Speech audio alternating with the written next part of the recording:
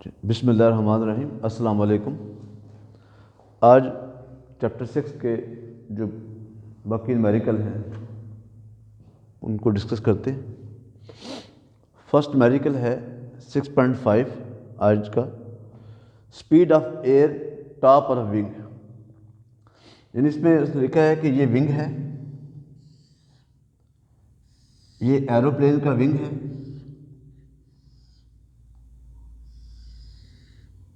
ये इस तरह का ये विंग है एरोप्लेन का।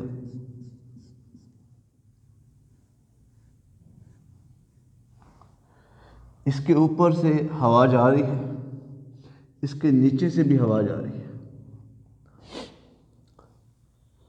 और ऊपर जो हवा है वह है 450 मीटर पर सेकंड, और जो नीचे हवा है वह है 410 मीटर पर सेकंड। 450 मीटर पर सेकंड, 410 मीटर पर सेकंड। ऊपर भी हवा जा रही है और नीचे भी हवा जा रही है।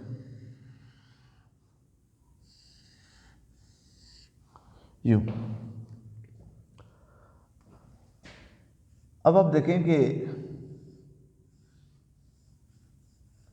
ये जो प्लेन है इसमें क्वेश्चन में से लिखा है कि speed of air top of wing वह है 450 मीटर पर second, speed of air below the wing वह है 410 मीटर पर सेकंड। उसने पूछा क्या है, प्रेशर डिफरेंस फाइंड करें। अब जब आप प्रेशर डिफरेंस लिखते हैं तो इस बात का ख्याल रखें कि बड़ी वैल्यू पहले और छोटी वैल्यू बाद में होनी चाहिए। यानी इसमें P2 जो है वो ग्रेटर है और P1 जो है वो लेस है। ठीक है, P2 जो है वो ग्रेटर है और P1 जो है वो लेस है। तो आपने जब भी ये प्रेशर डिफरेंस को फाइंड करना है तो बड़ी वैल्यू को कैसे पता चलेगा कि ये P2 बड़ी है और P1 छोटी है? ये हम स्पीड से अंदाज़ा करते हैं। जहाँ स्पीड फास्ट होती है वहाँ प्रेशर ज़्यादा होता है, सॉरी माफ़ करना, जहाँ पर स्पीड कम होती है वहाँ प्रेशर ज़्यादा होता है। जहाँ स्पीड ज़्यादा होगी वहाँ प्रेशर कम होगा। अब विंग के नीचे 410 मीटर पर सेकंड है, विंग के नीचे 410 मीटर पर सेकंड है, तो यहाँ स्पीड कम है लेकिन प्रेशर ज़्यादा होगा। यहाँ पर 450 है, स्पीड ज़्यादा है तो प्रेशर कम होगा, जिसकी वजह से क्या होगा कि ये जो एरोप्लेन है ये क्या होगा, इस विंग की वजह से लिफ्ट कर जाएगा, ऊपर मूव कर जाएगा। डेंसिटी ऑफ एयर अभी तो वैसे क्वेश्चन में दी हुई है लेकिन ये आपको ज़बानी भी याद होना चाहिए कि 1.29 किलोग्राम मीटर -3। बनाली इक्वेशन का इस्तेमाल करते हैं और बनाली इक्वेशन क्या होती है, P1 + 1/2 rho V1 plus rho GH1 is equal to P2 + 1/2 rho V2 square plus rho GH2। ये हमारे पास है। ये जो H1 H2 है, मतलब ग्राउंड से जो हाइट है H1, जो हाइट है H2 वो सेम है, इक्वल है। तो जब सेम होगी तो ये टर्म यहाँ से कैंसिल हो जाएगी, तो बाकी क्या बच गया, हमारे पास ये आ जाता है। तो यहाँ पर लिखेंगे देयरफॉर ये हमारे पास आ जाएगा P1 + 1/2 rho V1 square is equal to P2 + 1/2 rho V2 square. ये हमारे पास है। इसको हमने अरेंज किया है, P2 - P1 is equal to 1/2 rho V1 square -1/2 rho V2 square आ जाता है। और इसको वैल्यूज़ को पुट किया जाए तो आप इसको सॉल्व करें तो ये 22 पास्कल इसका प्रेशर डिफरेंस आ जाता है। नेक्स्ट है रेडियस ऑफ अरोटा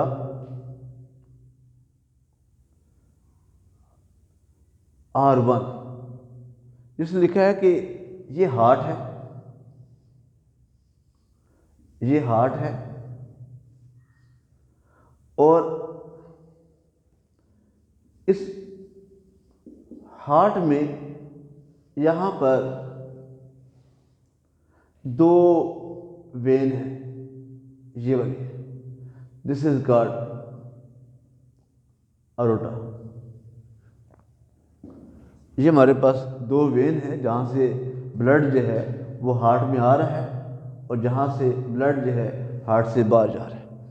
इस अरोटा के साथ यहाँ पर छोटी छोटी छोटी छोटी छोटी छोटी, जिसने क्वेश्चन में लिखा है कि मिलियंस में है, मिलियंस में है, दीज आर कॉल्ड कैपिलरीज।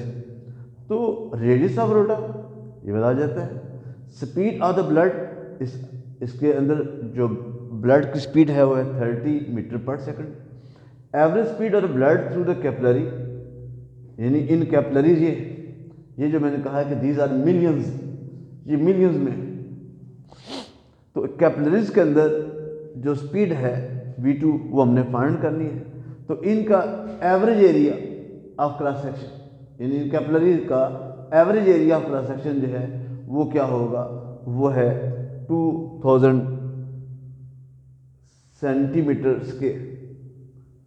और सेंटीमीटर को मीटर में कन्वर्ट करें तो 10⁻⁴ मीटर स्क्वायर आ जाएगा। तो इसको सॉल्व करें तो हमारे पास ये आ जाता है bye using equation of continuity A1 V1 A2 V2।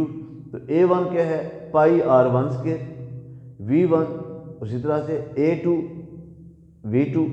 तो यहाँ पर इनकी वैल्यूज को पुट कर दिया जाए, पाई की वैल्यू 3.14, ये रेडियस ऑफ अरोटा ये बताया जाता है, और ये 30 उसकी स्पीड है, V2 हमने फाइंड करना है। तो ये कैपिलरी के अंदर जो स्पीड है ब्लड की वो हमारे पास आ जाती है 5 × 10⁻⁴ मीटर पर सेकंड। नेक्स्ट है 6.7 न्यूमेरिकल। 6.7 न्यूमेरिकल में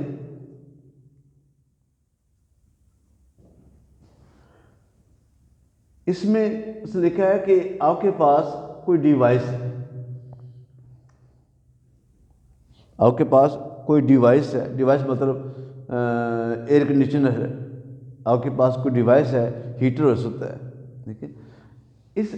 इस डिवाइस के अंदर यहाँ पर छोटे छोटे सुराख हैं,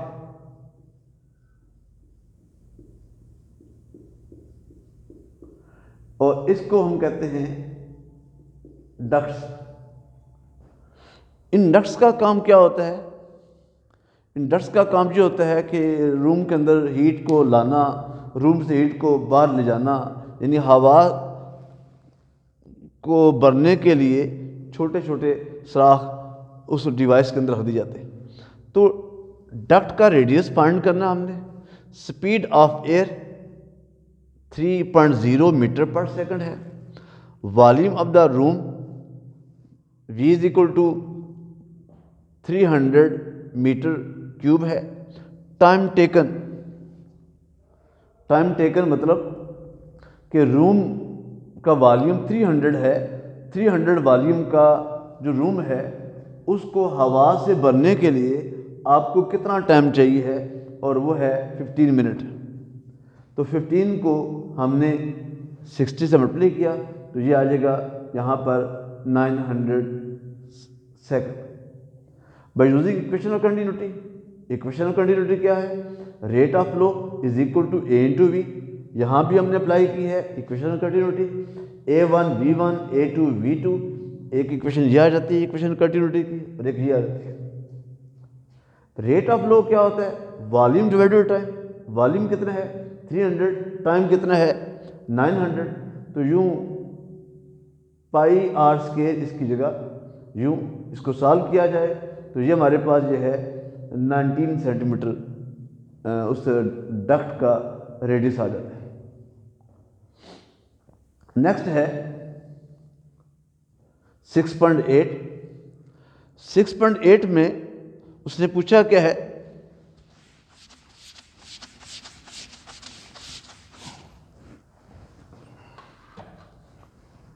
कि ये हमारे पास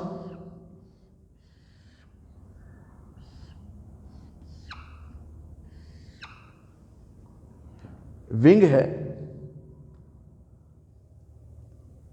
जिससे हम लिफ्ट करते हैं, ऊपर उठाते हैं। इसकी थिकनेस है, ये विंग का यहाँ से यहाँ तक हाइट है, यहाँ से यहाँ तक हाइट है, और ये दोनों हाइट्स देखें। इस डाटा में लिखा है speed of air below the wing, यानी इस विंग के नीचे जो हवा जा रही है इसको V2 के साथ रिप्रेजेंट किया। इस विंग के ऊपर जो हवा जा रही है इसको V1 के साथ रिप्रेजेंट किया। इसके जो नीचे है, जो हवा की स्पीड है वो 160 मीटर पर सेकंड है। ऊपर जो है वो कितनी होगी? यहाँ पर हाइट ये H1 है, ये H2 है। मैंने पहले भी बताया आपको कि जब भी प्रेशर डिफरेंस आपने फाइंड करना होगा तो लाजमी तौर पर बड़ी वैल्यू पहले, छोटी वैल्यू बाद में। और बड़ी और छोटी का कैसे पता चलता है? मैंने बताया है कि ये 160 है, ऊपर फाइंड नहीं किया हुआ। जहाँ स्पीड कम होती है वहाँ प्रेशर हमेशा ज़्यादा होगा, क्योंकि ये विंग लिफ्ट हो रहा है, ये विंग ऊपर जा रहा है। उसने क्वेश्चन में लिखा है कि लिफ्ट हो रहा है, तो इसका मतलब ये होगा कि इसके नीचे प्रेशर ज़्यादा है, ऊपर प्रेशर कम है। तो हम यहाँ पर प्रेशर डिफरेंस जब भी लिखेंगे, बड़ी वैल्यू पहले, छोटी वैल्यू बाद में, तो ये कितना आ जाएगा? 1000 newton metre -2। Speed of air below the wing V2 160, speed of air upper the wing V1, thickness of wing H1 - H2 is equal to 1 metre. By using Bernoulli's equation, Bernoulli's equation को इस्तेमाल करते हैं। P1 + 1/2 rho V1 का square plus rho GH1 is equal to P2 + 1/2 rho V2 का square plus rho GH2। इसमें हमने इस Bernoulli equation को अरेंज करना है, किसके मुताबिक? इस डाटा के मुताबिक। डाटा में क्या है? P2 - P1 1000 है, H1 - H2 1 मीटर है। अब देखें यहाँ मैंने H1 पहले लिखा है, क्यों लिखा है? इस फिगर में अगर आप देखें H1 की वैल्यू ज़्यादा है, H2 की वैल्यू कम है, यानी हाइट H1 ज़्यादा है, हाइट H2 कम है। H1 पहले, H2 बाद में। तो इसका मतलब ये हुआ कि हमें इस H2 को इधर शिफ्ट करना पड़ेगा, इस P1 को इधर शिफ्ट करना पड़ेगा। तो हमने अरेंज किया है यहाँ पर, और H1 - H2 1 metre, P2 - P1 की कंबाइन वैल्यू 1000। तो इसको सॉल्व किया जाए तो V1 is equal to 165 metre पर सेकंड। यानी यहाँ से हमें पता चल गया कि इसके ऊपर जो विंग में जो स्पीड है वो ज़्यादा है, और जहाँ स्पीड ज़्यादा होती है वहाँ पर हवा का प्रेशर हमेशा कम होता है। जहाँ पर स्पीड कम होती है वहाँ पर हवा का प्रेशर हमेशा ज़्यादा होगा। तो आपने इन न्यूमेरिकल को नोट कर लेना है, और अगर कोई बात इसमें से रह जाए, कोई बात समझ ना आए, आप फिर मुझसे रब्ता कर लें। मज़ीद इंशाल्लाह मैं इसको आपको गाइड कर सकूँगा। लेकिन आपने ये कोशिश करनी है कि इन न्यूमेरिकल को अपनी नोटबुक पर लाजमी लिखें, ठीक है?